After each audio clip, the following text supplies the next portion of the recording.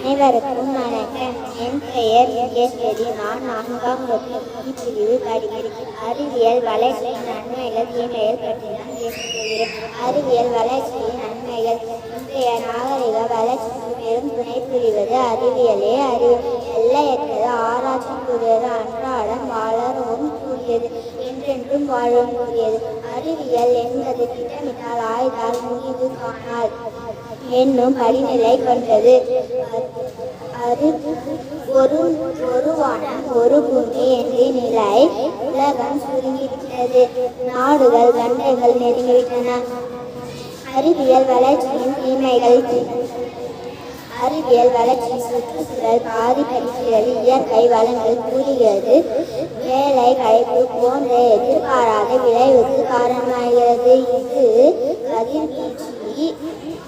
கதிர்வீச்சு, ரசாயனங்கள் மற்றும் பிற ஆபத்துகள் போன்ற உடல்நல அபாயங்களுக்கு வழிவகுக்கிறது. நன்றி, வணக்கம்.